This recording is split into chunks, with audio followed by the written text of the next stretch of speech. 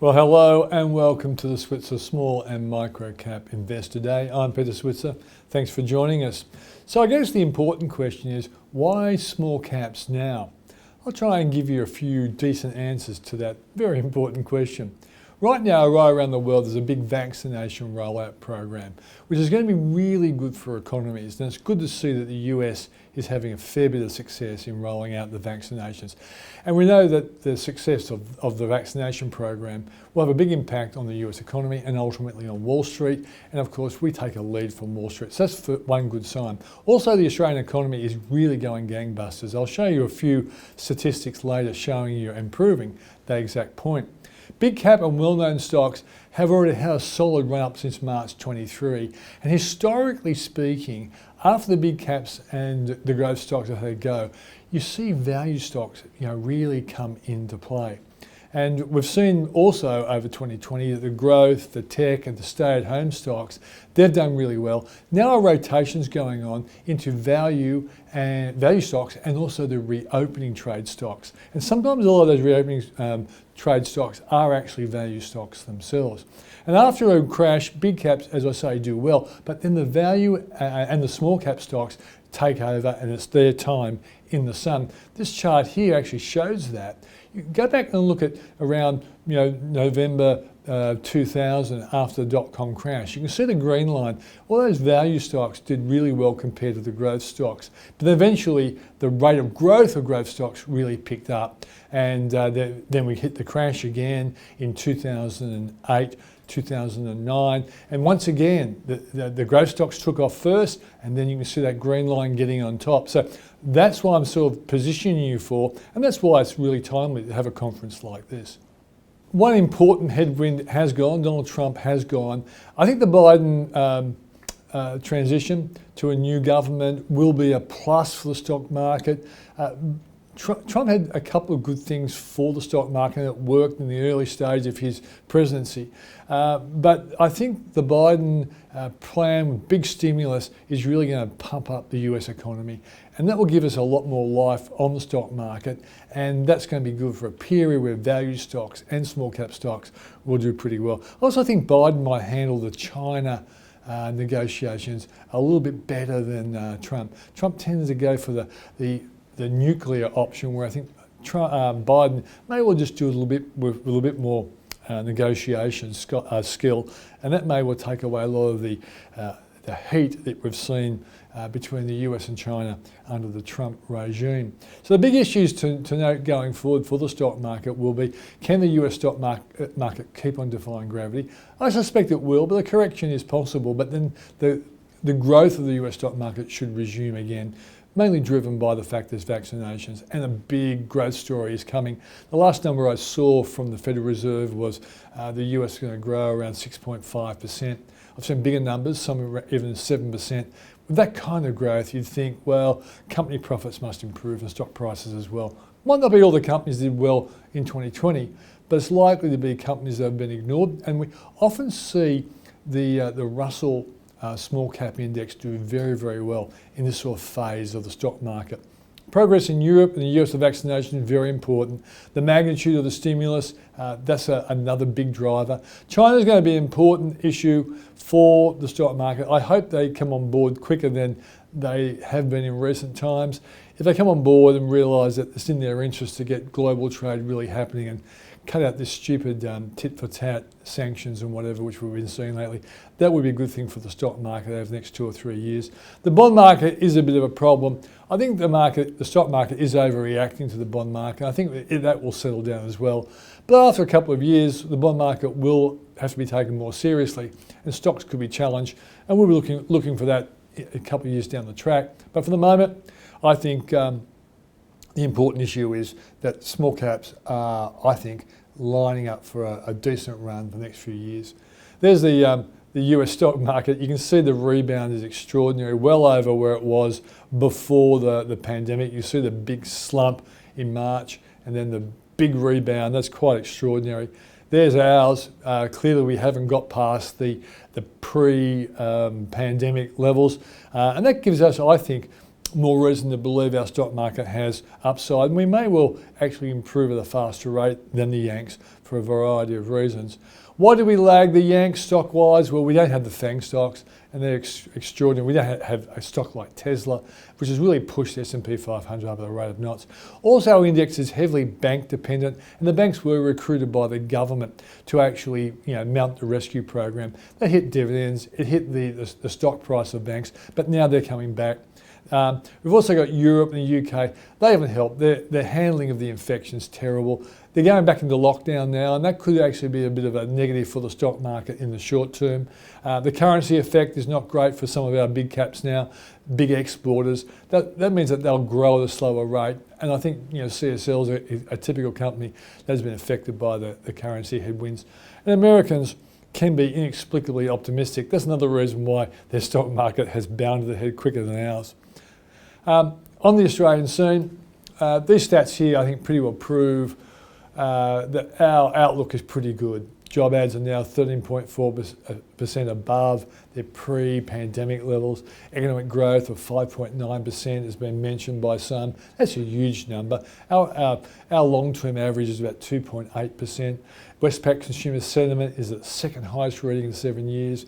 The NAB business confidence index is at an 11-year high. The business conditions index at a 30-month high. Job vacancies at a 9-year high. The annual growth rate of goods spending, 9.8% rise. All this, as you can see, justifies my belief that our economy is and will go gangbusters over the next year or two. This is a great chart showing how well we've done. On one level, you've looked at the death rates coming from the coronavirus, and on the other hand, you look at the real GDP. Look where we are. We're ahead of South Korea and Japan, Canada, Germany, Brazil. We're low where you want to be, death rates. We're high where you want to be, growth rates. And only China is doing better. But some people do question the trustworthiness of China's statistics. So in terms of the countries we compare against, it's a pretty good reading. This also shows as well, this economic activity tracker. See ours, how we've rebounded out of the crash of March 2020. Other countries were doing well for a while until they mishandled the infections and they started their economic activity either fell or went sideways. We've done very, very well. Once again, I think validating my view on the Australian economy. Concerns the bond market, as I say, I think it's more temporary. Eventually it will cause problems for the stock market, but not now. Kieran Davies, the chief economist at Coolabah Capital, says the US market could be up for a 10% correction.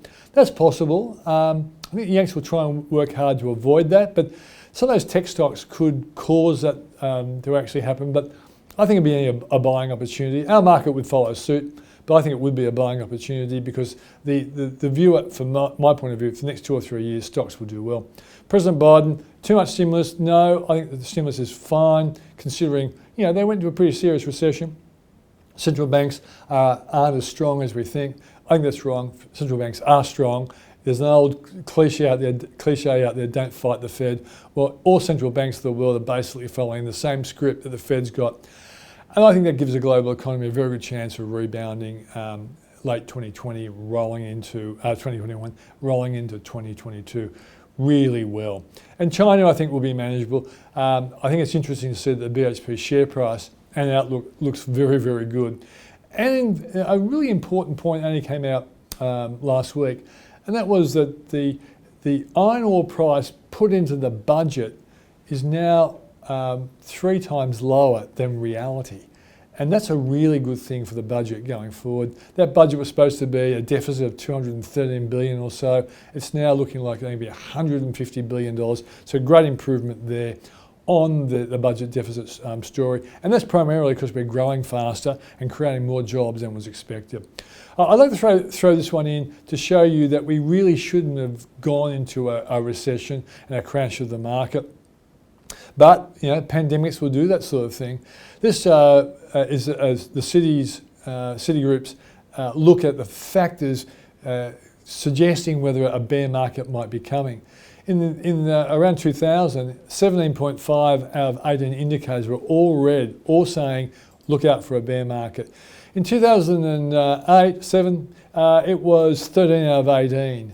But in the period before the pandemic struck, it was only 4 out of 18. So there were a lot of good reasons to believe, now that they've put all this enormous stimulus in, a lot of those factors that are there, make me feel as though it's good to believe, or it's sensible to believe, that the market can rebound out of this and do pretty well for the next few years.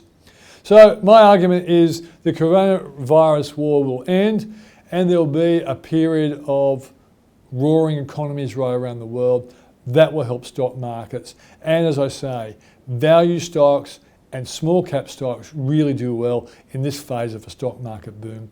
And that's why we thought it was pretty sensible to put on a small cap conference right now.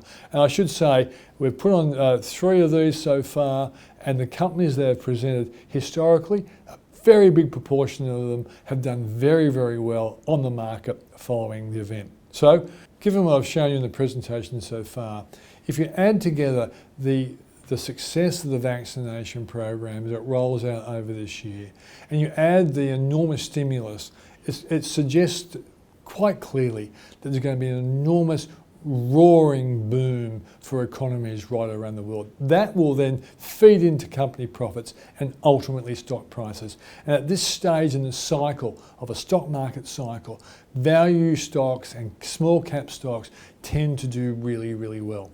And that's why we thought it was timely to put on a small cap conference like the one you're going to see. So without any further ado, let's go to our first presentation. Thanks so much, Peter. It's great to be here. I'm Terry Roberts, the CEO of WhiteHawk, and I'm here with Sue Kim, our Chief Operating Officer and Chief Product Officer. So WhiteHawk is an online cybersecurity exchange, the first in the world, we believe. I don't need to tell any of you about the growing trend in online crime, fraud, and disruption. But what I think we've been missing is truly the magnitude and the global impact. Best estimates are in the United States that we're losing literally 1 to 2% of our GNP every year. And obviously, it's a huge impact here in Australia and globally.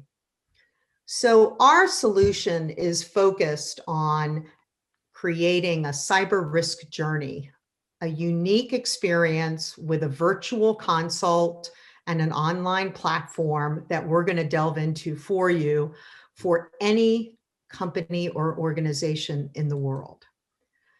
Our cybersecurity exchange has many features, but what is most critical is that it's an end-to-end experience, from risk identification, prioritization, and mitigation, so that you're not just coming to the marketplace to buy, but you're buying what is going to mitigate your key risks. You're making a smart decision, and you can do it via an annual SaaS subscription, or you can provide it to your business clients via an annual platform as a service subscription.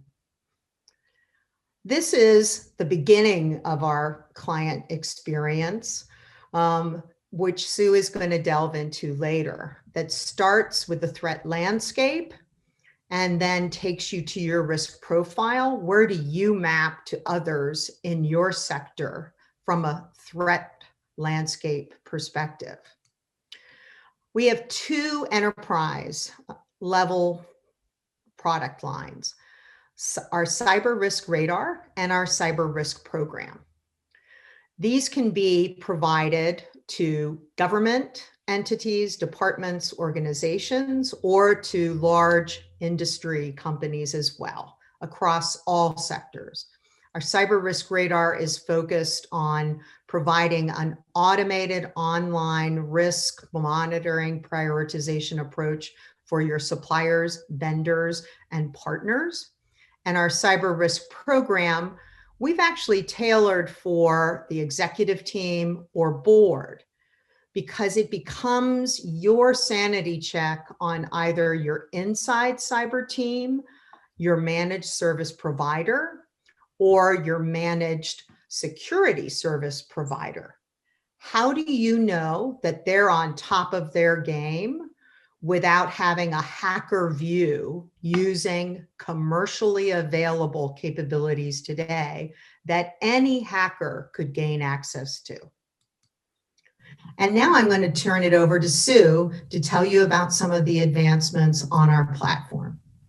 Great, thank you, Terry. I'm glad to be here. Sue Kim with WhiteHawk. So what this presents is our client portal where we walk through with the clients the cyber risk journey. And it's made up of 3 key elements. The first you already saw where Terry showed you the cyber landscape, where we do an initial profile. What you're seeing here is a partnership approach where we partner with multiple cyber rating companies to obtain externally observable data to establish a cyber rating. The 4-7 is one partner's approach of giving you a high level indication of your health in terms of how you're perceived externally to the world. This information is a commodity. There's no need to be opening up firewalls or ports. Anyone in the world could purchase this data and get an understanding of any company's vulnerabilities in addition to their strengths. So what we do as part of the journey is once a profile is established, we actually collect this information. So through the virtual consultation, our analysts they're armed with the necessary information to help identify and prioritize and set up an action plan to mitigate the perceived risks. Okay, next slide. So once the information has been collected, and through the conversation, we actually use this data to map to best practices. In this scenario, we're using CIS and also mapping it to the CMMC maturity model. So one of the most costliest things to achieving a CMMC maturity level is manpower. But through our approach using an automated manner, we're able to scale to get you on a path to rapidly get to the level you need to be at. Because what you see here is the colorful indicators showing from what's observed, how you fare from all the controls from a CMMC standpoint. So it really helps you during your appraisal process and the accreditation process to pinpoint on the areas that need addressing and that need solutions to get it to a healthier level. Okay, next slide. And using all that data and through the virtual consultation, we kind of go through a process of setting up an action plan. There's a lot of data, most of it's very technical. So depending on the audience that we're working with, we set up a plan where it's really actionable. So it's not a do everything all at once. It's more of let's address the most critical areas first, and then come back when your budget allows or your business objectives change to address the next levels of vulnerabilities. And this is a mechanism where they could log on to see where they are in their maturity roadmap and their action plan, and then have conversations with us to address the next levels to increasing that maturity. Next slide. Cyber Risk Platform as a Service. This is a really exciting offering that we're just bringing up to speed. Through conversations with many large enterprises, we've identified a need where a lot of enterprises with the established customer base, they're wanting to provide cyber risk services where they go through what we go through from our cyber risk journey standpoint with their customer base. So instead of having to invest a lot of time and resources to developing this capability, what we're offering is our platform, what we just saw, as a service to our enterprise clients. It's not a one-size-fits-all, right? It's very tailorable. We could do just white labeling, co-branding. From an operational standpoint, it could be totally operated by our clients, or it could be a shared operational model where we provide some of the services for the enterprise client, or we do it all for them. But the idea is that they don't need to reinvest in all the R&D that the WhiteHawk has done for the last few years, and just take advantage of this capability to fill in that cyber risk gap that their end clients are seeking from these large enterprise companies.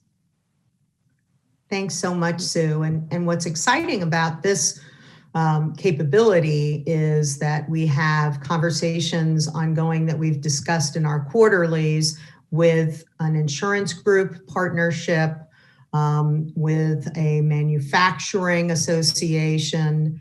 This is the kind of platform that we are tailoring and developing for one of our current government clients.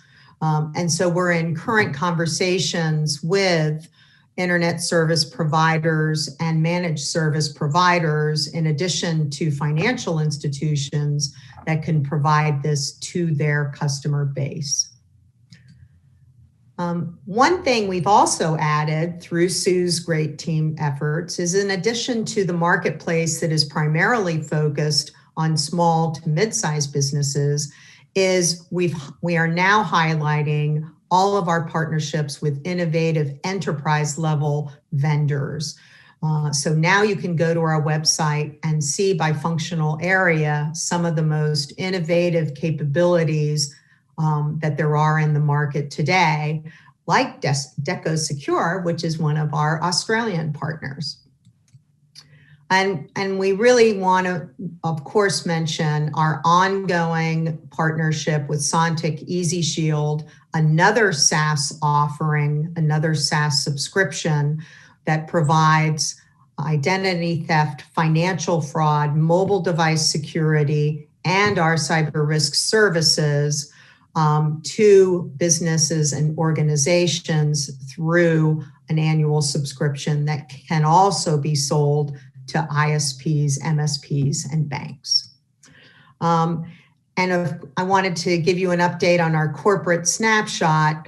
Our annual report is just being released. So in our annual report, you will also see our new 2021 strategy at a high level, and then some of our sales objectives and benchmarks, and the new mapping to our go-to-market strategy for 2021. So we really are looking forward to your questions and having some more discussion, Peter. Hello, my name is Thomas Horton. I am the head of business development at Adriatic Metals, and over the 10 minutes, I'll give you an introduction to our company and the precious and base metals projects that we are developing in the Balkan region. Adriatic Metals is creating a Balkan region leader. It is very much our aspiration to build a mining company focused in the Balkans. And the reason is because the Balkans both have mineral wealth that is incredibly rich, and it is politically, socially, and fiscally supportive for mining. Our flagship project is the Vares Silver Project, which is based in Bosnia. And we completed a PFS on that project in October of last year. And the numbers are truly world-class. They speak for themselves. The project has a huge amount of cash generation, which provides it with a very high NPV and IRR and a very low upfront CapEx. We also have a secondary project, an exploration project in Serbia. It's called the Raska project. And that also has some silver, but it is more zinc focused. But both of our projects have intentionally precious and base metals exposure so that we are hedged and have that cyclical and counter-cyclical commodity exposure. The regions that we're in are very much underexplored, Bosnia more so than Serbia. We are the only listed company that is exploring here and the only company that is using modern exploration techniques. In Serbia, again, very much an underexplored region, but it is probably 10 years or so more advanced than Bosnia. But there is a huge amount of exploration potential in both projects, and that is why we have allocated the largest ever budget in our company's history towards exploration this year of $20 million US. And those programs are funded because we've got a 40 million cash position, which will see through the exploration as well as completing the DFS and ESIA work streams for the Vares project in Bosnia. And ESG is very much part of the core values of our company. When you move to a community to develop a mining project, you've got to understand the needs of that community and marry that with what you want to achieve. So we've got to work with these local communities, develop the trust of these local communities, and in turn, they will provide us with a permanent license to operate because we are going to be here for decades. And we have a very exciting 3 to 6 months ahead of us. We have for the first half of this year, we are very much focused on the development of the Varish project with the DFS and the ESIA work streams, which we'll look to complete in the summer. And then the latter half of this year will be focused more on the development of the Raska project in Serbia, again, where we expect to produce a maiden resource and a scoping study. As I mentioned, the projects that we have are in Bosnia and Serbia. The Varish project sits on the western end of the Tethin belt, which runs through into Central Asia. And we're an hour's drive north of Sarajevo. Because this is historically a mining jurisdiction or a mining area, we already have infrastructure that has been built here over the last 100 years. So we've got rail, we've got power, we've got water, and we've got road. Because the town of Varish has operated as a mining town for over 100 years. And the rail line takes us directly to the port of Ploče in Croatia, and that's where our concentrates that we'll be producing from the Varish plant will be taken to market. Bosnia, very good from a fiscal perspective, very low tax rate, very low royalty. Serbia, again, as I mentioned, a little bit more of a developed mining jurisdiction. Its mining code is similar to that of more developed mining jurisdictions. And that is because the big guys have been there for the last 5 to 10 years. So we've got Rio Tinto up in the west, up against the border of Bosnia, and then in the east, Dundee Precious Metals and Zinjin are developing gold precious metals projects there.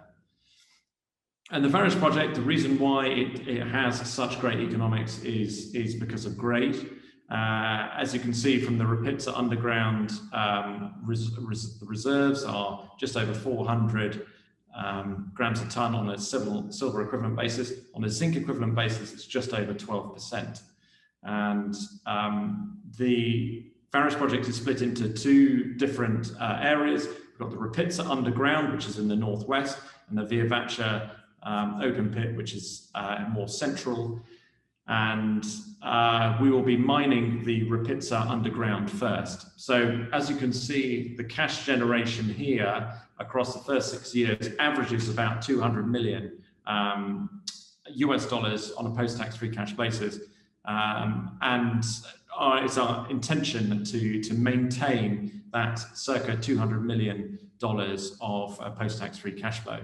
So a lot of that is reliant on exploration, and as I mentioned, we have a large exploration budget for this year to try and maintain and bring those resources into reserve, so then maintain that cash flow profile. Just one other thing on this slide. This is a payback period of just over a year. Again, this makes the project finance of this project incredibly simple. This diagram here is just an outline of the hill where the Varish project, the Rapitsa deposit for the Varish project sits under. So as I mentioned, exploration is very much a key focus for us in 2021. These blue squares in the map on the right are new concession areas. In fact, it's Bosnia's largest ever concession area that's been awarded. We were granted that in October of last year. And we are expecting the exploration license on that area in the next month. And once that is received, we will be drilling and conducting surveys across this region over the course of this year. And we are very excited about this. A number of interesting drill-ready targets. For example, we did some field mapping and sampling, which returned 23% copper at surface here down the Bragul area. So yeah, lots of interesting sniffs like that will be following up with the drill rig this year. We also have the Raska project. We've just mobilized a 3rd drill rig. We have a drill rig currently at this former open pit, Sostaci and Kizovac. Again, these are 2, this is a region that has had formerly operating mines, which we believe there's a huge amount of additional potential around. So that's why we've deployed a 3rd rig. When we acquired this project last year, it came with a historical resource. We have been in the process of verifying that resource and stepping out exploration around it. And we'll continue doing that until we've built up a sizable resource that will produce a maiden resource on and then do a scoping study. So expect that to occur in Q3 of this year.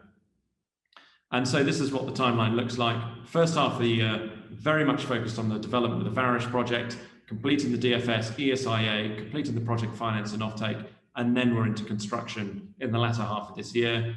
News flow wise, there will be then in the latter half of the year focused on the Raska project with a mineral resource estimate, network, and the scoping study. From a corporate structure standpoint, the board of management are very much aligned with shareholders with 19%, and the second largest shareholding is Samphire Resources, which have 17%. They are a Australian copper mid-tier. Our market cap at the moment in US dollar terms is $350 million US. So that is 0.35 times the NPV of the Varish project. So you would expect going into the completion of the DFS, moving into construction, we will see those multiples tick up, as well as obviously exploration results coming in from both the Varish project and the Raska project. And that's assuming no value for the Raska project. So there's still a huge amount of value potential here to be unlocked. And as we continue to kick our goals this year, we expect those to come true. We have EBRD as a 2.5% shareholder. And when they came on board last year, that was very much a big tick in the box for project finance, as well as other equity institutions, because it shows that we are aligned to the best practices in ESG. And lastly, we have a convertible note of $20 million US with Queen's Road Capital, who are a specialist natural resource investor based out of Hong Kong. And that's it. Thank you very much. I hope that's provided a snapshot on the very exciting year that we've got ahead of us, especially over the next 3 to 6 months. We've got a lot of news flow coming out, and we are expecting the market to realize some of that value as we go through to completion of the development work in Varish project into the construction period, as well as all the exploration results occurring in the background. Thank you very much for your time. Thanks, Peter. I'll start off by giving your viewers a bit of an overview of our company. We're a leading provider of cloud HR, payroll, and expense management solutions. We have a very broad solution, which is made up of multiple functions or modules. And our key point of difference is that we invest very highly in integrating these functions. And this is our competitive advantage. It's that width of the solution and the fact that all these functions on how you manage people, how you pay them, and how you automate those functions, it's all interoperable or integrated. A little bit about our business model. We have a very high degree of recurrent revenue that comes through subscriptions. We have high customer retention, and we have what we call a land and expand strategy. So we, in the first instance, land a new customer with, say, 4 or 5 modules. And then in subsequent years, we expand their solution by selling them additional modules.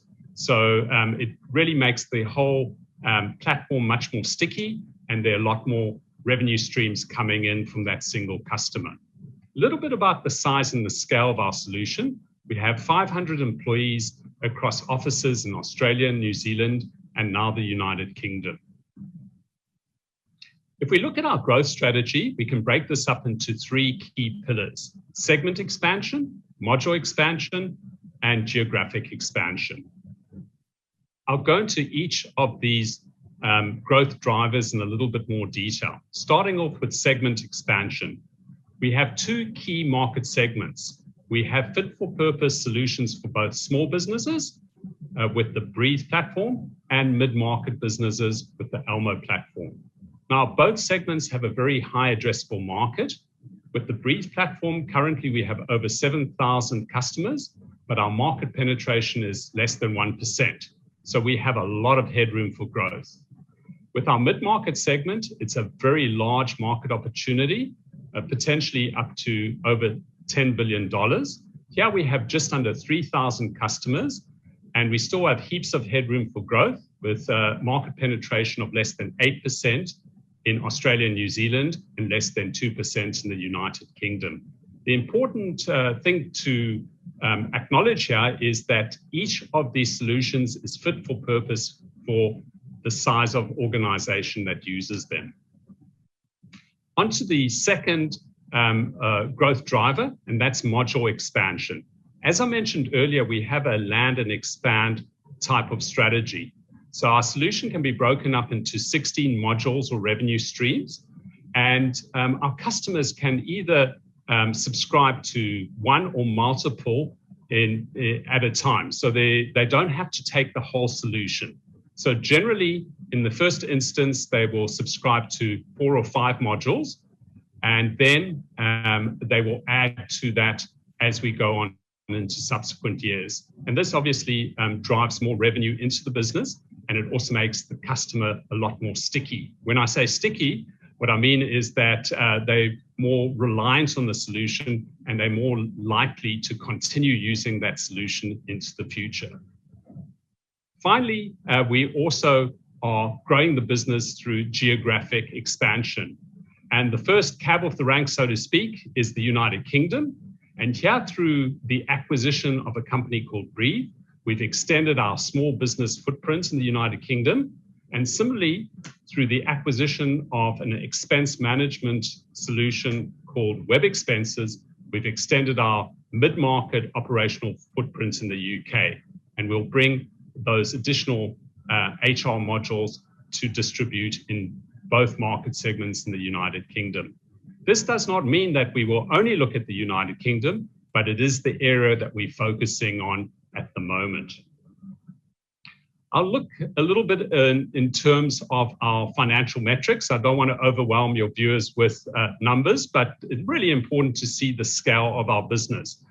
So here we can see that as of the first half of financial year 20, we had just under $75 million in annualized recurring revenue. So when I talk about annualized recurring revenue, it really is the amount that we will be billing or invoicing to our clients in the next 12 months. So it's a forward-looking metric, not a backward-looking metric. Of that 75 million, just under 98% is recurrent.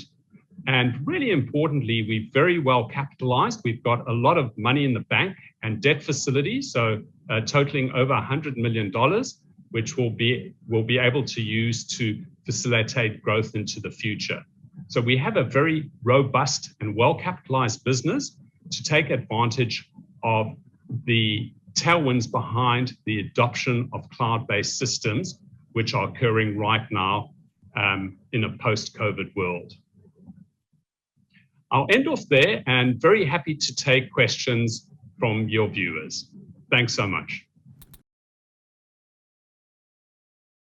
It's a pleasure to be presenting at the Switzer Virtual Investor Day.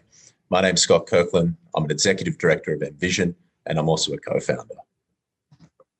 We founded Envision to make medical imaging widely accessible. Around 2/3 of the world does not have access to diagnostic imaging, yet it is a key foundation of any healthy society. Where we're focusing first is on time-sensitive medical emergencies like stroke, where neuroimaging is required before effective treatment can commence. We're developing a novel medical imaging modality known as electromagnetic microwave imaging. We're using IP developed out of the University of Queensland. It's been in development for the better part of a decade. And the way our technology works is we have very low-cost antennas. I can show you one of these antennas. See here, this acts as both a transceiver and a receiver of the signals we send. And those signals are very similar to what your mobile phone would use to transmit voice and data. They're non-ionizing and they're harmless, and images can be rapidly reconstructed on a regular computer. So our clinical prototype you'll see here is portable brain scanner. And we like to think of it as like ultrasound for the brain, in that much like ultrasound, it can be brought to wherever the patient is, easily wheeled around, easily maneuvered, and easily stored. It operates with a headset on a cart. Within that headset are a ring of antennas, like the antenna I just showed you, and a membrane that inflates and deflates to accommodate different head sizes. Inside the belly of the cart is a device known as a vector network analyzer. This is a component that allows us to accurately measure the signals our headset sends and receives. We're now putting that key component in the headset itself. So we're greatly miniaturizing the whole device with a view to pre-hospital applications back at the ambulance, which I'll talk about a little bit down the track. Now, we're focusing on stroke first because it is a huge health economic burden. Around 1 in 4 adults will have a stroke in their lifetime. 67% of stroke survivors will suffer some form of permanent disability. What's really important is there are effective treatments, particularly developed in the last decade or so, but they're time sensitive. There's this notion in stroke care, time is brain. The earlier you can intervene, the better the patient outcome. Now, if a patient has an ischemic stroke, blockage, that they may benefit from having a clot retrieval procedure.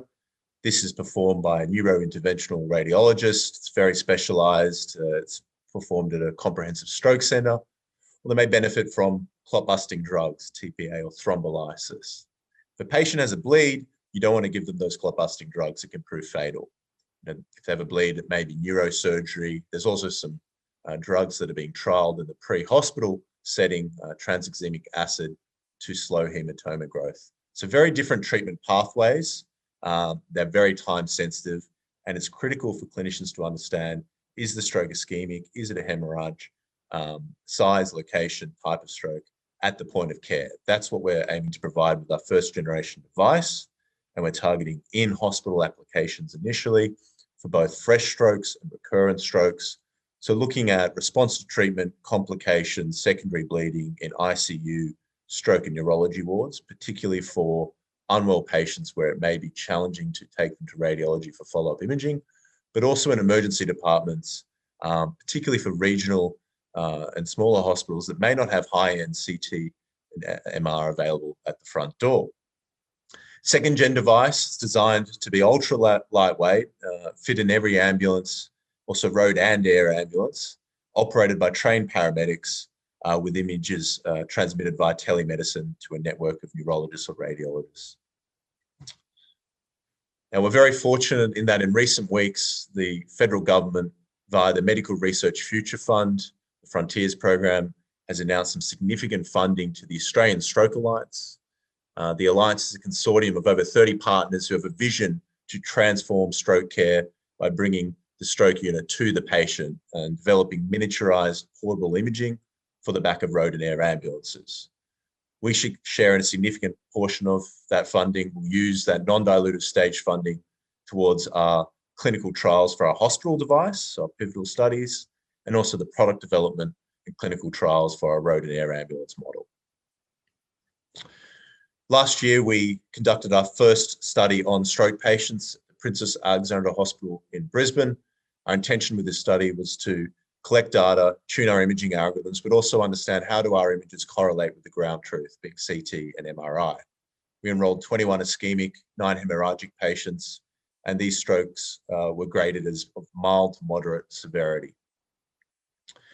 What you'll see here is a series of examples from that study. On the far left-hand side, you'll see MRIs, you'll see the site of the lesion highlighted with a red circle, and then in the middle, you'll see our fusion algorithm. We have around 6 algorithms that develop images. They each interpret the signals our headset sends and receives slightly differently. What the fusion algorithm does, it takes the signals of greatest intensity across those algorithms and combines them into one image. And you can see the contrast of abnormal tissue highlights very nicely with the ground truth. And then we have a classification algorithm that makes a determination on the type of stroke. And we overlay that with the fusion site of the stroke. On the right-hand side, you'll see a series of hemorrhages, again, highlighted with the red circle. You can see the fusion nicely co-localizes with the hemorrhages, and we're able to differentiate between ischemic and hemorrhagic strokes. Something that we've been developing more recently, and which is very exciting, is a dielectric map of the tissue. Now, the previous images can be considered functional imaging. They show a clear contrast between the healthy and unhealthy tissue. What this technique does is provide the underlying structural and anatomical context to clinicians. So we can combine the two methodologies. So this will provide the electrical properties for gray matter, white matter, CSF, skin, and skull. Combine that with the functional imaging capabilities you saw previously. And you can see it, one of the examples here, it's a nice correlate with the MRI. We had fantastic outcomes from this pilot study. In terms of differentiating between stroke subtype, we had an accuracy between 93 and 96%, and then localizing the site of the stroke against ground truth CT and MR between 86 and 96%. So again, comparable with CT and MR. It was a small patient data set, 30 patients, but we're certainly very encouraged with this data. We collected operator and patient feedback, no adverse events, and the operators were certainly positive in the use of the device, both clinicians and nurses, and the patient feedback was again encouraging. So what we're doing now is taking the learnings from our pilot study to develop our first-gen commercial unit. We're planning out the protocol for our next stage of studies. We'll be engaging with the FDA around the design of that protocol. And those studies, the pivotal clinical trial, will be designed to lodge our first regulatory submissions on the back of the data those studies generate. We're also collecting an additional 20 patient data sets from PA Hospital in parallel. We're going through the FDA Breakthrough Device application program. Now, this program has implications around fast tracking the FDA process, but also some positive downstream implications around reimbursement. So we're excited by that program, but of course, there's no guarantees, but we are conservatively optimistic around our opportunities there. In terms of commercial collaboration updates, we have a number of fantastic partnerships in place, and we're expecting to expand upon those partnerships this year. So mobile stroke units. So I'll give you a bit of a sense of a mobile stroke unit. You can see it's a bit like a truck with a 500 kilo CT in the back. And anytime you put a CT in an ambulance, it requires significant customization. Anything from suspension upgrades, engine upgrades, to even repositioning where the bed sits so the patient can be centered within the CT itself. There's a lot of modifications that a radiographer is required to operate the CT as well. There's a lot of staff involved with these mobile stroke units. They have demonstrated very clearly that they deliver superior patient outcomes. They save lives, and they can save the healthcare system a lot of money. There's this concept in stroke care of treatment within the golden hour, where strokes can essentially be reversed if treated early enough. It's just not possible today with standard of care, but with a mobile stroke unit, you can see our friends at the Royal Melbourne Hospital in their study were able to treat 18% of patients in the first hour, which is fantastic. And in the US, there's some data that was released recently out of the BEST MSU study, which showed, I believe it was 33% of patients being treated in the golden hour versus just 3% standard of care. So it really is a fantastic model, but CT in every ambulance is not cost effective or practical. So we're aiming to deliver a really scalable model with ultra lightweight headset operated by trained paramedics and images transmitted through telemedicine. And those images will be interpreted by a neurologist, radiologist, network of them 24/7. That's part of the Australian Stroke Alliance's plans, this telehealth network, and again, minimizing the need for several people in an ambulance to deliver this type of care. Now, to address accessibility in medical imaging, you need to sell a lot of devices, and to sell a lot of devices, you need firstly an attractive value proposition, but also flexible purchasing models. We plan to offer those. So we have a traditional capital equipment model. So the device itself, we're aiming to price that around 100 to 150,000 US, so in line with mid to high range ultrasound. And by the way, that's about the average cost of maintenance of an MRI each year. So it's a fraction of other modalities. That is our intention. And then alongside the device, the consumables, so a disposable cap, single use per patient, maintenance and service and software upgrades. Now, another model which is increasingly popular and quite flexible is a monthly subscription, which is particularly attractive where there are more upfront CapEx pressures. And what that offers is for a flat monthly rate, delivery of the unit, training, all the software, all the consumables, accessories, maintenance and service, all bundled together. Now, the market itself is very large, as you would expect. In the US, if we look at the opportunity for one device within each stroke ward, ICU, and emergency department, we're looking at around 10,000 units. Now, if we look at ambulances, we can times that by 6. So it is a very large market indeed. We have a fantastic team who has a very strong record in taking medical devices through clinical trials, regulatory approvals, and through to global commercialization. Our CEO, Ron Weinberger, is the former CEO of Nanosonics. He was there when they had just a handful of employees. He co-developed their Trophon product, which has been phenomenal, and he set up sales and distribution in North America with GE Healthcare. Farouk and Ruth. Farouk leads our program management. Ruth leads our regulatory affairs. They also both joined us from Nanosonics. They're incredibly experienced. And on the technology front, we're fantastic that we're very lucky to have people like Professor Stuart Crozier as our Chief Scientific Officer. Most MRIs manufactured since 1997 use IP that Stuart developed. There's also a very large team that we collaborate very closely with at the University of Queensland across software, mechanical, electrical engineering. Fantastic board. Last year, Dr. Philip Dubois, who's a neuroradiologist, joined us. He's also the former CEO of Sonic Healthcare's imaging division and a non-executive CEO with Sonic. He brings fantastic medical experience, but also industry connectivity. And then we have, of course, a clinical advisory board across neurology, critical care, interventional radiology. So in terms of our capital structure, we have a very low amount of shares on issue, 70 million. We like to keep it that way. We have you can see from our historical burn, if you go back over the last 18 months, from developing our clinical prototype through conducting that pilot study, on average, we're burning less than $1 million a quarter. So we do run a very lean machine. As of 31st of December, we had just over 30 million cash in the bank. And you'll recall I talked about that Medical Research Future Fund grant that we've won with the Australian Stroke Alliance. They'll provide $8 million in stage funding. We're in the process of finalising those contracts, and we expect that we can front-weight much of that funding. In terms of the history of Envision, I'll just leave you with this. So from over a decade of development to Envision acquiring a portfolio of IP for whole body imaging at the University of Queensland, to listing on the ASX in 2018, developing our clinical prototype, very encouraging results out of our early studies. We recently moved into a new premises in Quarry Park in Sydney. We've been building out our product development team very aggressively. There's a whole suite of fantastic hires that we've brought on from ex-Cochlear, Nanosonics, ResMed. I talked about that Australian Stroke Alliance win.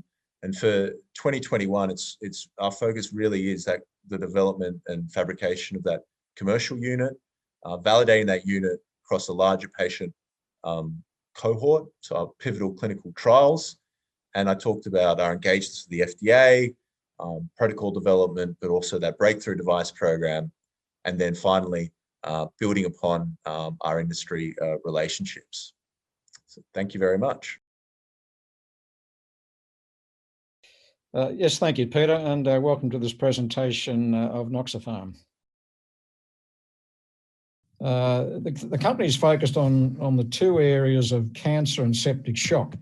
Now, everyone knows the importance of cancer, but much fewer would understand the importance of septic shock.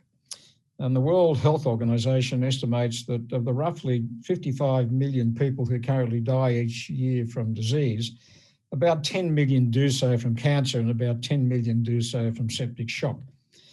And that 10 million figure for septic shock is now certain to rise by about 3 million thanks to the current pandemic, because viral infections such as COVID-19 and influenza are major causes of septic shock. Now, septic shock and cancer have something in common, and that is that they both involve abnormal immune and inflammatory responses.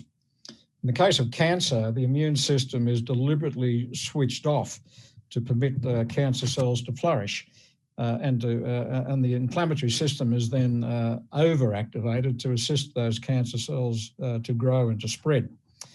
In the case of septic shock, the outcome is a completely inappropriately high inflammatory response to tissue damage. So in both cases, abnormal immune responses and abnormal inflammatory responses. And the underlying link or biological link in both these conditions is a fundamental imbalance within the cells of two very important balancing chemicals called ceramide and sphingosine-1 phosphate. Vionda works by regulating this balance, correcting the balance, hence the ability of this one drug and the one technology platform to work across both areas of need. In the case of cancer, the breakthrough action of Vionda is its ability to restore immune function to tumours. About 95% of human tumours are believed to be so-called cold, meaning that the cancer cells have driven out the immune cells, and then they've slammed the gate shut so that they cannot get back in. Vionda works by reopening that gate, allowing the immune cells to return. And the critically important thing with that is that almost all cancer treatments, whether they're chemotherapies and radiotherapies, along with the newer immuno-oncology therapies, they all work much better when there are immune cells inside the tumours that are there to take advantage of the damage that those other treatments have done to the cancer cells. Without those immune cells, all those other therapies are really working with one hand tied behind their back.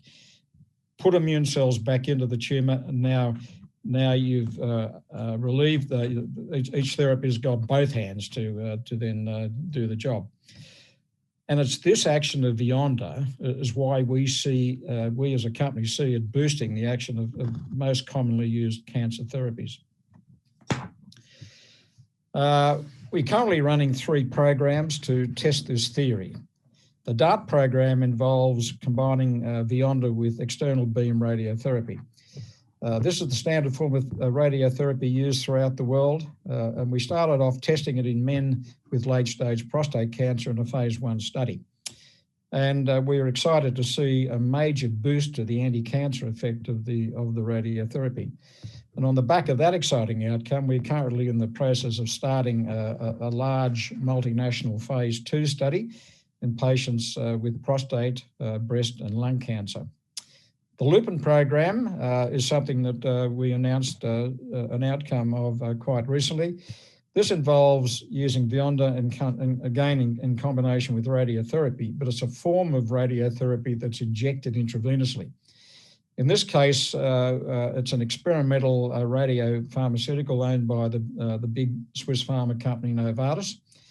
And again, we like the DART program. We conducted this in men with end-stage prostate cancer. And again, we saw an outcome that we believe confirms that Vionda has delivered a major boost to the effectiveness of the Novartis drug. The third program, our ionic program, has just got underway. It involves using Vionda to boost the effectiveness of one of the new generation of anti-cancer therapies known as checkpoint inhibitors. In this case, the drug Opdivo is owned by the big US pharma company, Bristol Myers Squibb. Opdivo enjoys annual sales of about $8 billion US dollars a year, and that's despite the drug not working in most forms of cancer. So that any boost to the effectiveness of Opdivo would be worth a considerable amount of money. The septic shock opportunity is a relatively recent matter and one that we are becoming increasingly excited about as we go along. The current pandemic has pushed septic shock onto the headlines, but even before the pandemic, it was a major killer in the community. Whether it is the pandemic virus or the old influenza virus, the virus damages the lungs, with that damage being repaired in time in the great majority of people. However, in some people, the repair process gets completely out of control and ends up causing even greater damage to major organs, leading to serious disabilities and death. That process is called septic shock, and it's due to the release of chemicals known as cytokines in a process known as a cytokine storm, which is where the blood just becomes basically filled up with these pro-inflammatory chemicals. Now, in the lab, we have clear evidence that Vyonda blocks the generation of excessive cytokines by the damaged lung tissue. And importantly, it's blocking a number of these cytokines. It's not like a lot of other drugs are working on individual cytokines. Vyonda is characterized by actually blocking a range of cytokines. So that outcome has led us to this current study in Europe in patients who have got moderate COVID-19 disease. These are people who are hospitalised with moderately severe lung disease. They're in a general ward and they're receiving low level of oxygen support. And what we're aiming to do is to use Vyonda to stop their damaged lungs, triggering a cytokine storm. And the objective is to allow patients to recover quickly and not need to be transferred to an ICU where they become dependent on mechanical ventilation. Because once that happens is when they enter into this whole septic shock scenario that can lead to serious disabilities and ultimately to death. And so the question often asked is why are we bothering to do this when there's a successful vaccination program being rolled out. Now, the current global vaccination program undoubtedly is reducing deaths. However, we've yet to see the full impact of emerging mutant strains. If you look at the influenza as an example, we've got effective vaccines for influenza. And each year there are new strains of flu virus emerging, and each year new vaccines are being developed. But nevertheless, even with that successful vaccination program, hundreds of thousands of people die from septic shock due to influenza each year. I see no reason why there's going to be any significantly different scenario with the pandemic virus. That is why the world is going to need effective treatments for people who still are going to be suffering from COVID-19 disease. So in summary, we believe that we have 2 clinical programs that have already delivered clear evidence of proof of concept. And now we are going about building on that with a large multinational phase 2 study with radiotherapy, and the all-important ionic study where even small success could revolutionise the treatment of cancer. Backing up this major commercial opportunity, Vyonda has proven to be safe, which is one of the critical factors you do need with a new drug. That safety is, we've seen that in combination treatment with other treatments. And we're also building up a strong IP position to protect the commercial value of the asset. Noxopharm is prepared to take this technology all the way to market on its own if it had to, but we're confident that we won't have to. Our horizon is the current phase 2 level of testing, where we are looking to establish clear evidence that Vyonda is doing what we claim it can do. So the company is well funded to take it into 2022, which we believe is the point of attracting industry attention and a potential transaction. So I'll stop at that point. Thank you for listening, and I'll be very happy to take any questions. Thank you, Peter. My name is Daniel Lay, and I'm the Managing Director of archTIS. archTIS stands for Architected Trusted Information Sharing. And our mission is to be the most trusted company to safeguard the world's most sensitive information. At our heart, we are an information security company. That's a little bit different from a cybersecurity company that does consulting, which is a time and materials-based company, or other product companies which only protect the perimeter of an enterprise, such as a firewall company, or an antivirus company, or a malware company. What we do is we create innovative platforms which look after the access of the organization's most sensitive information. In other words, we protect the crown jewels of the organization. We contextualize that access to that information based upon who you are, what device you're coming in, what network, how long you should have that information for, could you download it, and we place policies around that information which dynamically change the access to that information wherever that information travels. So in other words, we're in the business of data-centric security, which is very different to any other ASX-listed company. We are an established technology. We have been doing this now for over 15 years in the Australian Department of Defence, an organisation which has the most sensitive requirements for security in the world. We built platforms for sharing and collaboration of information, not only between Australia and its different forces, but also between the US and Australia. So it's been certified to the highest levels of accreditation by both the US government, the National Security Agency, and the Australian Signals Directorate. These platforms are not a science experiment. It's not a startup. They're mature platforms which have existing customers and have been renewed for years in those sectors. We've decided to commercialize those platforms and bring them to the market. It is a recurring license model, and with the acquisition of Nuclear Cyber and the completion of that merger, we now have a global presence where we're cross-selling Cogency, our platform, and Nuclear Cyber, both in Australia and the US, but also now in London, Singapore, and around the world. So we have marquee customers. I've mentioned the Australian Department of Defence, but there's also the Attorney General's Department, the Office of the Australian Information Commissioner, Virgin Mobile, a whole range of Northrop Grumman, a whole range of customers there, which are multi-global companies and take their security very seriously and depend upon our products. We have accelerating financials. I'll just quickly run you through the strong first half yearly results that we had. Revenues up 457%. Recurring revenue is up 303%. And after a capital raise in November, we have over $12 million cash in the bank. So we're in a strong financial position. The tailwinds of this market sector are very strong. Every day we're hearing about a new attack in cybersecurity, whether that's by an Australian contractor which was hacked for this F-35 plans, or whether or not that was from DuPont, Oreo, where someone's been hacked to see what the intellectual property is for keeping the cream so white. It is affecting all areas of industry and all areas of governments across the world. The way that we have worked is also changing that, and this is why data-centric security is so important now and in today's marketplace. The way that we have work has changed. We now have multiple mobile devices which we access information. We have multiple venues of which we work. Sometimes it's in a cafe, sometimes it's in a hotel, sometimes at home. Now that has also been accelerated, that digital transformation, with the advent of COVID. Information now is inside people's homes, it's on the cloud, it's inside the enterprise, and that means that traditional defenses no longer work.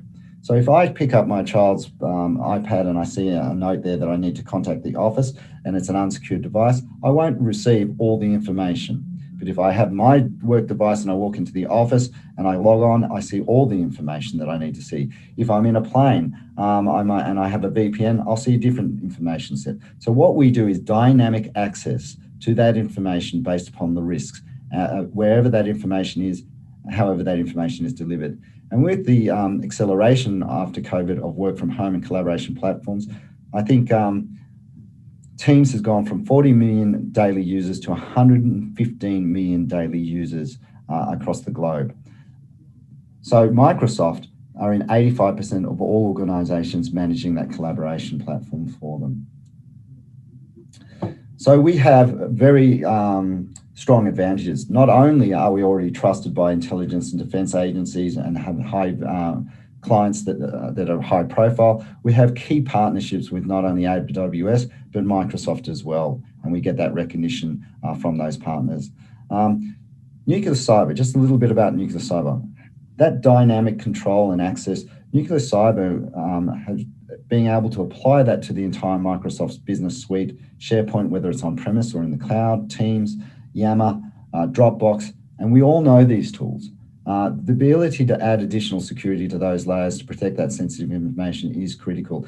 And most notably, they won 6 gold medals at the Cybersecurity Excellence Awards in the US. So we've got very strong credentials and recognition in the marketplace. Our credibility is strong.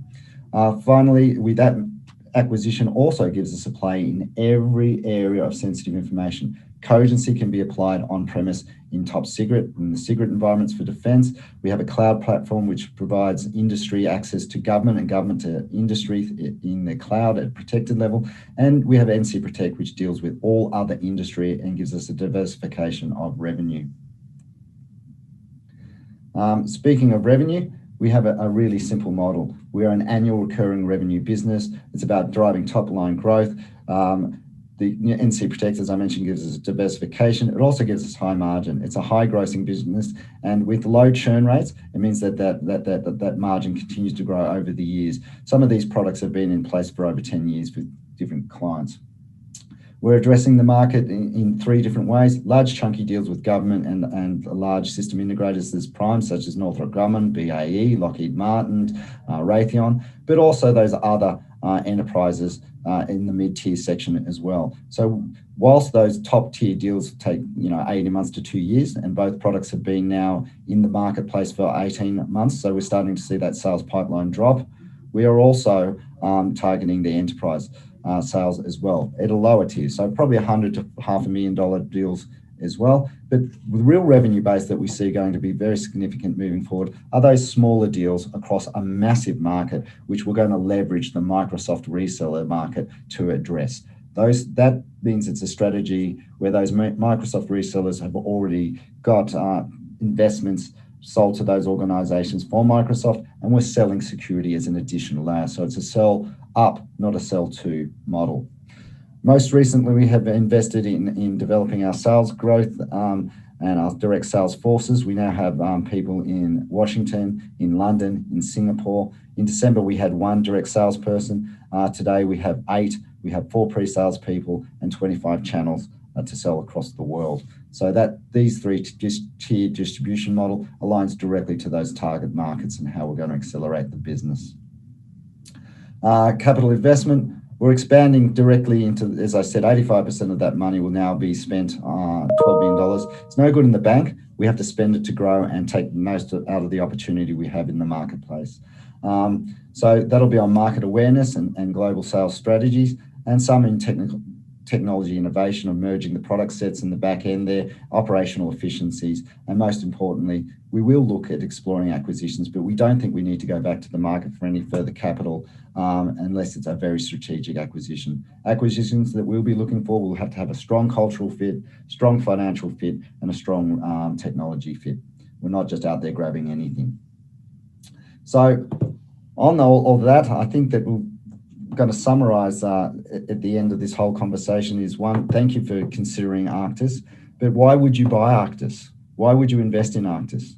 Well, most importantly, archTIS is in a very strong, creditable, strategic, well-funded marketplace. Cybersecurity is not going away. The Australian government has recently announced that there's a 300% increase in cyber attacks across Australia and its institutions. That is being replicated globally. We're seeing directors being held accountable for this, and new legislation coming in every day to increase the uplift of cybersecurity. So it is increasing in terms of revenue and expenditure.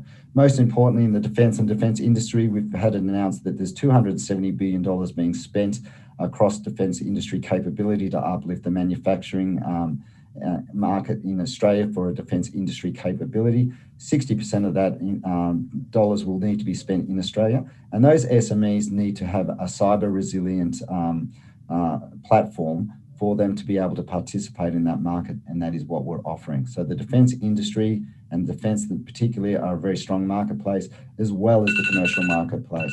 The other reason I would do, we've got credible products in a credible market with credible clients, and we're on a very exciting journey, and we are growing rapidly.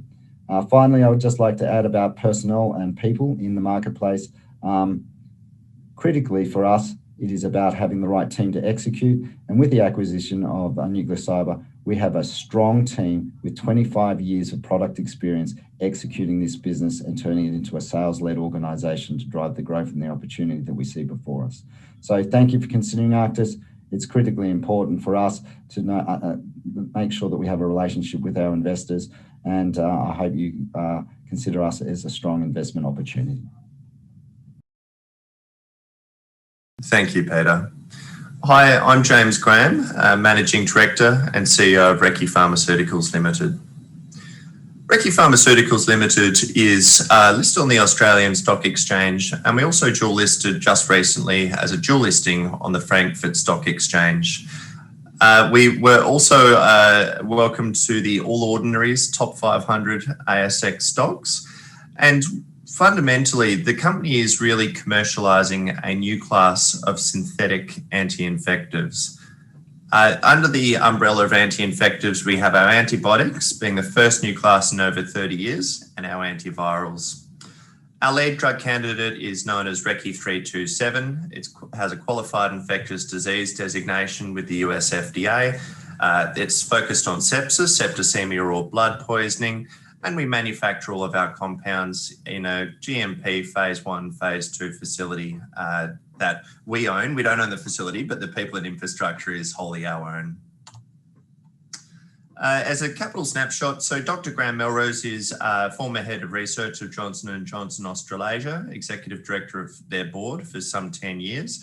And he really, in his retirement, looked to the pharmaceutical challenges he knew it of drug resistance and the inability for traditional antibiotics to overcome that resistance profile.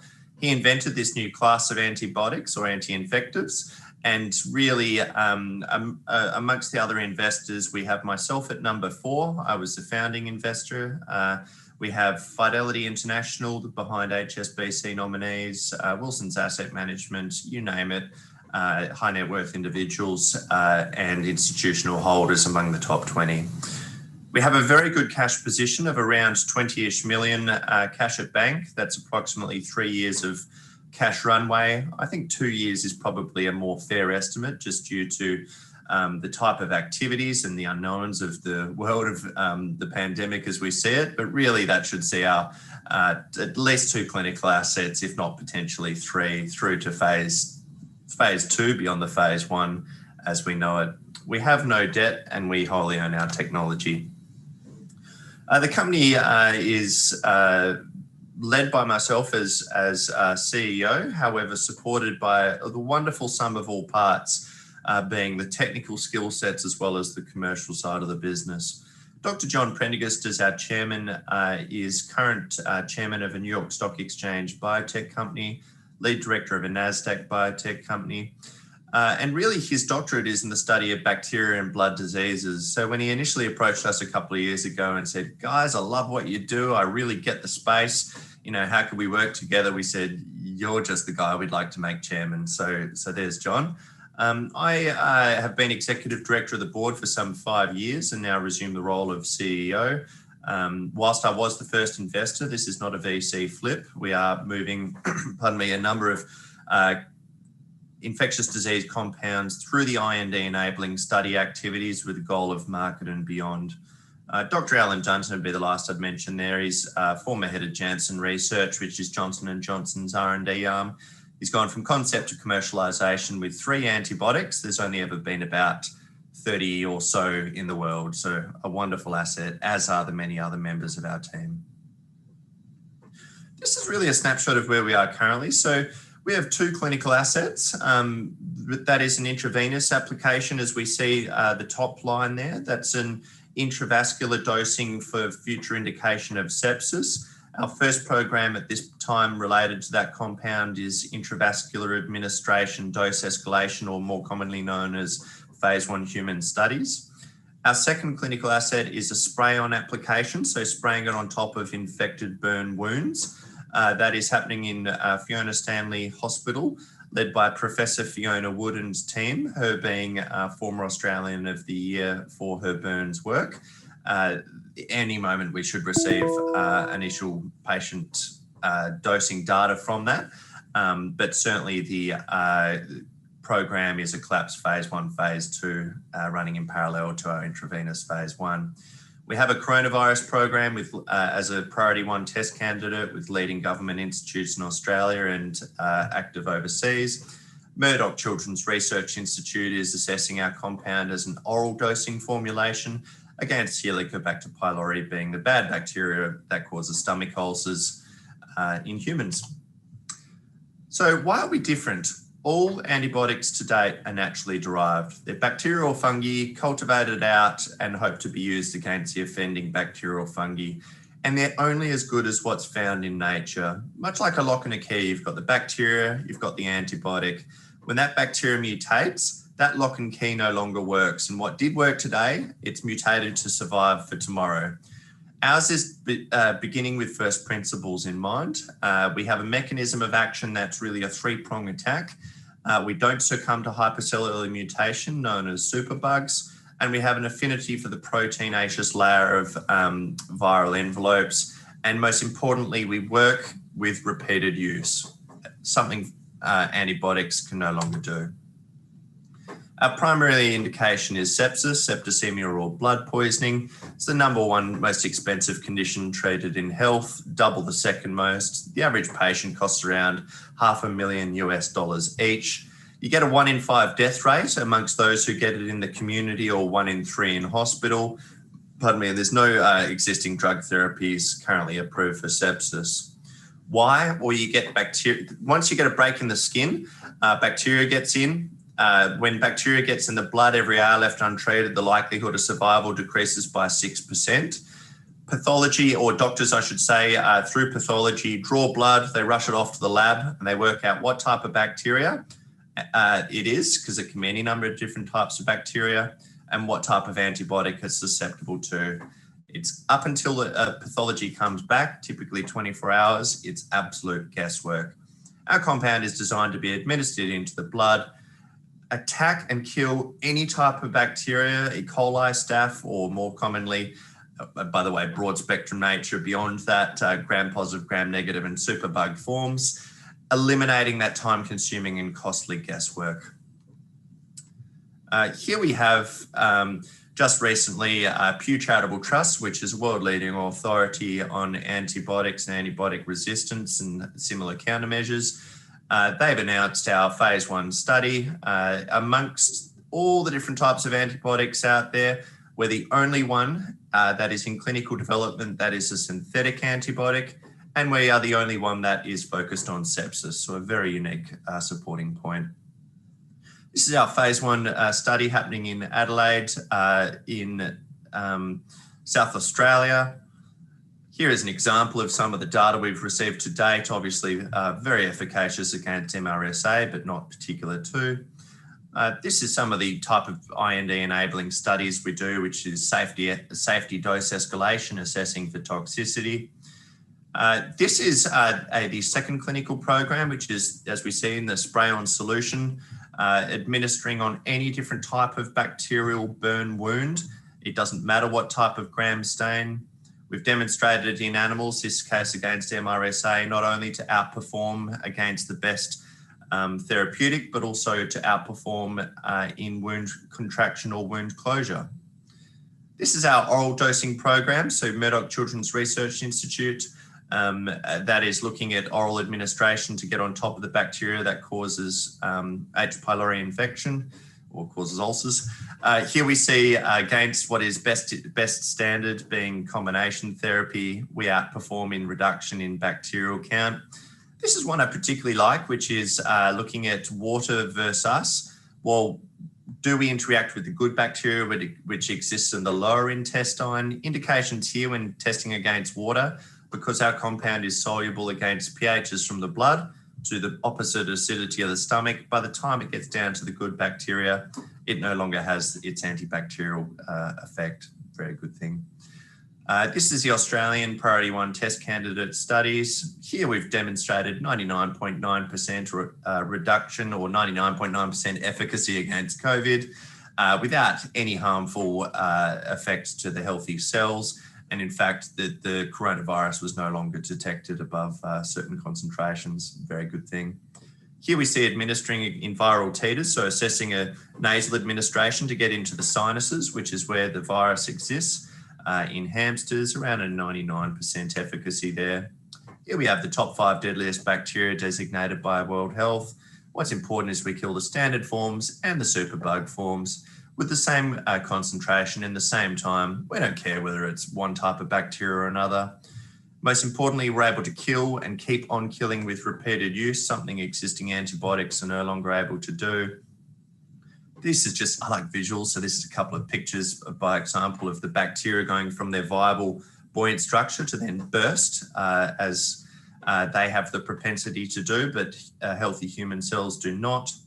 This is our intellectual property portfolio. Really, our infectious disease synthetic profile means it's been a land grab opportunity. We have a composition of matter patent portfolio, particularly family 1 is curative claims and manufacturing. Family 2 is methods of administration and prevention.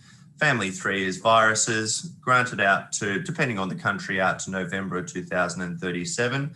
And importantly, we have our qualified infectious disease designation working above and beyond, providing that 10 years of market exclusivity, government backed in the United States from time of approval. It's easy to make. We do it in our facility here in Sydney. And in essence, what that means is we've got a very unique synthetic infectious disease portfolio of products. We're very well funded to support the near-term clinical news flow and clinical activities related to such. We are an infectious disease company in the midst of a global infectious disease crisis. With warm tailwinds and appreciation for new medicine, I anticipate this will be a wonderful growth story ahead. Thank you for listening. Well, welcome back. I'm not going to ask my colleague which companies is he going to invest in.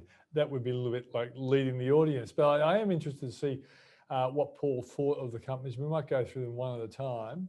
Let's go start off with WhiteHawk, Paul. What did you think of that company? Yeah, I was a little confused in terms of his target market for a while, Peter. I think we got there at the end. I mean, there's a lot of companies in the cyber risk space, and I got a sense maybe they were fishing in lots of pools, but it seemed like that ultimately it was a platform for major corporates to, you know, provide at least sort of then work with their business customers or their suppliers and customers and help them with their cybersecurity. Yeah. Although it's one of the issues for every company is not just your own platform or your own software, but who are the people you deal with? Are they safe and secure? That's right. It's a vulnerability factor, isn't it? That a bigger company could, in a sense, insist that a small company use this service to make sure that they can guarantee that their own operation is clear. And I think what was interesting when you look at archTIS, they actually made the point that in the age of people working from home, that fear factor that you could be hacked or there's some kind of cybercrime has escalated. It really hasn't the potential for it. It has. And just coming back to WhiteHawk, I mean, I know for example, a lot of big organisations, particularly those that are regulated, you do have to you are now required by the regulator to make sure that your suppliers and any software that they're using or that you're interacting with is also very secure. So I can see where they're heading and why they think it's going to be the big corporates who might use their platform. I guess it's probably still pretty early days in terms of a revenue sense and being able to prove that the sales model works. So, I mean, look, I think there's something there. Just a company I think at least I would need to know a little bit more about before I felt I was confident investing. Yeah, Adriatic Metals. It's interesting we start seeing Europe as an alternative to places like Africa. And I must admit, I feel more comfortable investing in a mine in Europe than Africa nowadays. Well, look, I was a bit surprised, and that's why I didn't ask them. One of the questions I would have liked you to have asked them is how they got to be on the ASX. But look, really interesting because having been to Bosnia and been to Serbia, I mean, it's interesting places, and obviously the history of the war, and then as he laid out, I think he talked about the difficulty in terms of their taxes, their systems were very discouraging to promising developers, and that's why there's still a lot of potential there. I think what stood out for me was his comment that, in terms of the NPV of the first project, the share price is only a third of the NPV. So explain to our well, NPV. So in terms of what they've assessed as being the cost of setting of taking the mine from exploration now through construction through to development, and then actually mining it and getting all the resources out of the ground and selling them. And obviously that's all in the future, but you can use a discounted cash flow to bring potential dollars that they're going to make from selling those minerals in 10 years' time back to today's dollars. That gives you an NPV and says the project's worth X billion dollars. What's the market cap of the share price? It's a long way off. It's a long way off. So that's what he was saying, that should re-rate as it gets closer into the construction phase. So, those things don't always happen that way, Peter, because a lot of assumptions go into just how profitable a mine is going to be, not least of all, the value of the commodity. But that's an interesting story. And I think it's good to see these people having a go. I think it sort of sounds like they've got almost a bit of a monopoly as well in terms of those two, not in those two countries, but certainly in terms of what they're doing there. So I was quite impressed with Adriatic Metals. I think I'd, again, maybe want to go and understand company a bit more. Yeah, and we recommend it for anyone who's been watching this program, that they have to do their own research as well. ELMO Software, I find it interesting that Danny Lessam really does make the point that the coronavirus period and people working from home wasn't really good for the company. It's intriguing to look at that share price, how high it was before the coronavirus. It has made a bit of a march up, but in a sense, he's saying, when business gets back to normal, he suspects it's going to be good for his business. Yeah, and of the 7 companies who presented, they're the most advanced in terms of where they are in the whole business journey. They're now sort of cash flow positive, and so it's 500 employees. 500 employees, a few mouths to feed. I should disclose, Peter, that I'm actually an investor already in me too. in ELMO. Yeah. So look, I didn't pick up a lot of new things, but it's certainly a company that both you and I think is. Has got great potential. Bit surprised as to why the market's treated it the way it has over the last month or two, but that's often what happens with cycles in the market. Yeah, and I think it is regarded as a tech stock, and tech stocks have not been treated really well in the US and here as well. And so it's going to be interesting to see. I think it's going to require business normalcy before we start seeing a real kick up. And I think, as you pointed out, they don't really want to be treated as a tech stock. Is that right? Yeah, they're more like, well, is Xero a tech stock? Well, it really behaves like it's a bookkeeping business plus a lot of other services, but it's delivered via technology, isn't it? So it's not as blue sky as a lot of tech companies are. All right, let's go to the next one. MVision Medical Devices. You really want this business to actually be operational and saving people from the stroke. That's the one thing I guess that stands out for all the companies in the medical device field is you want these things to work. So you want to get behind it and support it. And you hope it does, because there's a lot of, it could be such a lifesaver or a life improvement, particularly in terms of the early identification of stroke and the gold now, the gold now and the treatments available. So, I guess you want it to work. I'm a bit puzzled by the share price movement. That's why I asked that question. It has had did have a huge run up till November, from under 50 cents to $4.25. That's right. Too many companies that had that. That's an 8-fold increase, or more than 8-fold increase, and now back to 250. And what's happened between now and last November? Not much. No. So I guess technically, some would argue that chart doesn't look too good. I'm not the technician, but. I think on a 1-year basis, it actually was up. But that bit in the middle is the interesting thing. I think what I like about the company is, unlike other drug companies, it's easy to get through an FDA test with a device than it is with a drug. If the device actually works, it's shown to work, it's easy, but there's so many ifs and buts when it comes to drugs, as we've found. And you asked a good question around, what do the doctors think? And my question for them was also a little bit around, what's the sales cycle going to be like? So, okay, let's say that, their target market are hospitals, buying their device. Does that decision get made? And, how does it take from actually, the first contact? We've got something you can use in strokes, right? To you know, to how long before they make the decisions? Is it a month or 3 months or 6 months or 12 months? Yeah. Often these things have, you know, have very long sales cycles. And so that'd be another question I'd have. Just want to understand that better, because although they can, you know, talk, I think what sounds like a lot of blue sky, if it's going to take a long time for people to make decisions, you know, it's a long time before you get the revenue in. So, and might need a lot of people in the sales team. Yeah. So, but look, great idea, and I think it sounds like they're pretty advanced. Yeah, and that Stroke Alliance Future Fund SPAN grant was actually a promising thing. So I'm looking more into that before I invest, of course. Let's go look at Noxopharm. Once again, it's the kind of thing that you think you just love to see it actually operational if it's enhancing these, you know, well-known drugs. Yeah, I think the key thing I got out of that was really that his strategy was to sort of, and that I think you got to, with any biotech firm, which is not a, you know, a pharma major, the cost from actually getting from the clinical trials through to production is huge. Yeah. And so, you know, typically what happens is they exit out, they sell the patent to another, you know, a big drug manufacturer at some stage. And he was pretty clear about that. His exit strategy was largely at the end of the second phase trial. That's before they get to the very expensive third phase trial that you need to get FDA approval in the States. You know, and so I don't think they've got the resources to do a third phase trial. But he also did say that they would even consider developing it. Now, I think that's probably unlikely, but at least you can see that.